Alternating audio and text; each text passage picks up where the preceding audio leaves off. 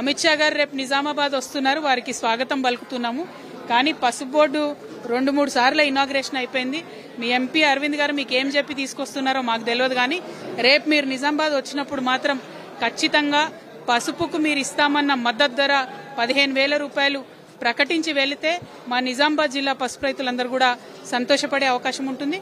పైగా ఇప్పుడు మీరు ఏర్పాటు చేసినటువంటి పసుపు బోర్డుకి చట్టబద్ధత లేదు, పార్లమెంట్లో పెట్టి మీరు చట్టం చేయలేదు. కాబట్టి ₹1 కూడా మొన్నటి బడ్జెట్లో మీరు పసుపు బోర్డుకి ఇవ్వలేదు. నేను అమిత్ షా గారిని డిమాండ్ చేస్తా ఉన్నాను, ముందు పసుపు బోర్డుకి చట్టబద్ధత కల్పించండి, పార్లమెంట్లో పెట్టండి, డబ్బులు ఇవ్వండి, పసుపుకు మద్దతు ధర ఇవ్వండి. 3వసారి ఇనాగ్రేషన్ కోసము నిజామాబాద్ వస్తున్నటువంటి అమిత్ షా గారికి మళ్ళీ ఒకసారి స్వాగతం. జై తెలంగాణ. అమిత్ షా గారు రేపు నిజామాబాద్ వస్తున్నారు, వారికి స్వాగతం పలుకుతున్నాము. కానీ పసుపు బోర్డు 2-3 సార్లు ఇనాగ్రేషన్ అయిపోయింది.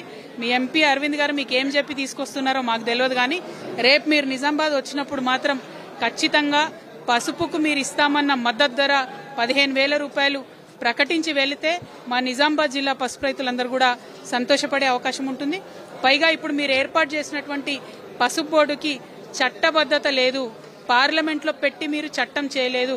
కాబట్టి ₹1 కూడా మొన్నటి బడ్జెట్లో మీరు పసుపు బోర్డుకి ఇవ్వలేదు.